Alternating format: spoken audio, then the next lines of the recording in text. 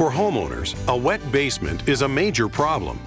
Water in the basement can cause damage to carpets, woodwork, drywall, or stored items.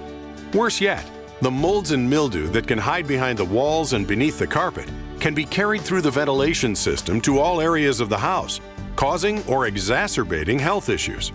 Water control systems can protect not only the value of your home, but also the health of your family. There are many ways that water can enter a basement. Understanding how the water enters a basement is crucial to determining the proper solution to the problem.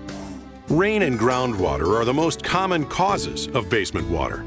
If you live in a 2,000 square foot house, roughly 1,250 gallons of water will fall on your roof if it rains just 1 inch. If you have any issues with your gutters and downspouts or the soil grading around your home's foundation, that water can very easily find its way into your foundation and your basement.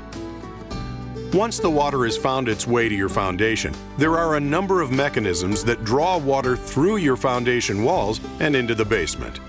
Concrete is porous and allows for capillary action. Ever put the corner of a paper towel into some water and watch the water climb up the towel? Concrete walls do the same thing with water trapped in the soil around your home. Depending on the type of soil you have, this capillary action can pull water into your foundation from as far as 20 feet away.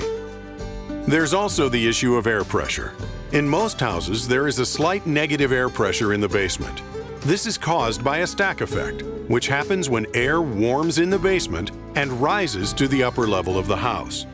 This negative pressure in the basement can be enough to draw moist air in through any cracks or gaps in the foundation or through uncovered sump basins.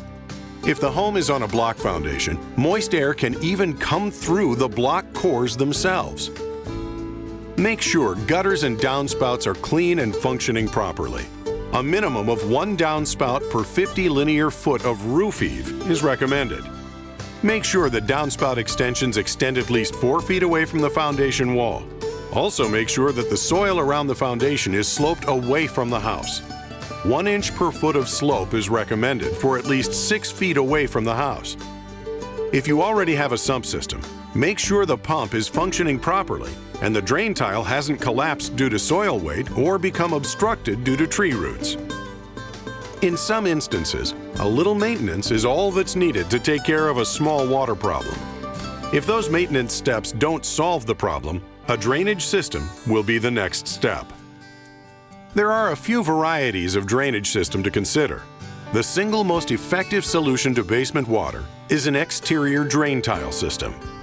An exterior system uses a membrane to seal the wall from moisture from the outside and directs water into a drainage field and sump system to pump water away from the foundation walls. Though very effective at controlling basement water, an exterior drainage system is very costly and requires major excavation around the entire foundation, which for most homes means that shrubs, gardens, decks, steps, sidewalks, and other landscaping have to be removed and reinstalled after the system is in place. For most homeowners, the high cost and major disruption of an exterior system outweigh the benefits.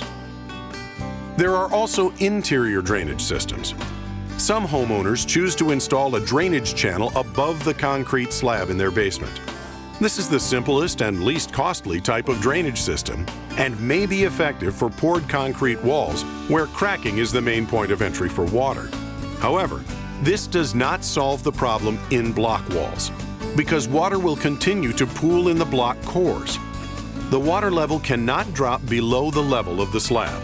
Also, there is still the potential for efflorescence or mold and mildew on the walls themselves. Another type of interior drainage system places a drainage channel in the edge of the slab on top of the footing. Holes are drilled into the base of the block, and the water is moved to a sump basin through the drainage channel. These systems facilitate block drainage, which makes them an improvement on an above-slab channel. However, this system is still less than ideal, in part because it requires an open gap between the floor and wall, allowing soil gases such as radon, damp odors, and even bugs to creep into your basement. The small size of the drainage channel makes it more prone to sediment blockage, and it can even be overtaken by water flow during heavy rains, leading to more leaking. Plus, the foundation blocks are sitting in water, allowing moisture to be wicked up into the wall, which can damage drywall or, worse yet, leave you with a mold problem behind your walls. The most effective interior drainage system is a sub-slab rigid drain tile system. By placing the drain tile alongside the footing, water is allowed to drain to a level beneath the slab. Like the smaller drainage channel system, holes are drilled in the bottom course of the block wall, allowing water in the block to drain completely into the drain tile. Getting the water across the footing and into the drainage field is one of the biggest challenges to installing one of these systems. In the past, contractors have used several methods to move water across the footing. Some installed small tubes from the block to the drainage field. These are prone to sediment blockage and also make it hard to replace the concrete floor to the same thickness as the original slab. Other contractors installed washed rock on top of the footing, which isn't prone to blockage, but again doesn't allow the contractor to replace the concrete to the original thickness. Dimpled sheeting is another option, which seems to offer the best compromise between water flow and concrete integrity. It allows unrestricted flow and allows for concrete replacement at the original thickness. However, the dimpled sheeting requires an open gap between the floor and wall, just like the drainage channel system. Once the water has moved across the footing and into the drainage field, it finds its way into the drain tile. Even here, there are issues that need to be addressed. Oftentimes, contractors use flexible corrugated plastic piping with access slots cut in to allow water into the drain tile. There are several problems with this product. Due to the corrugations, a quarter inch of water can stay in the tile after the rest is drained into the sump basket, potentially leading to damp odors and other problems. And because the pipe is flexible, it is extremely difficult to maintain a consistent downward slope to the sump, causing water to pool in the low spots. Also, since the pipe material isn't rigid, it can collapse or be crushed under the weight of the drainage media and concrete. In most cases, standard water control systems is called on to install interior drain tile systems. We install a below-slab rigid PVC drain tile system that includes a sump basin with our service-marked diamond plate cover that is bolted airtight to the top of the sump basin.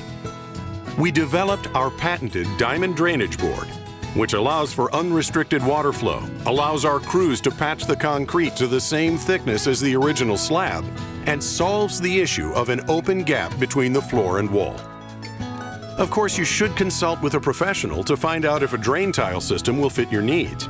Standard Water's experienced staff can give your home a professional evaluation and help you make the right decision for you and your family.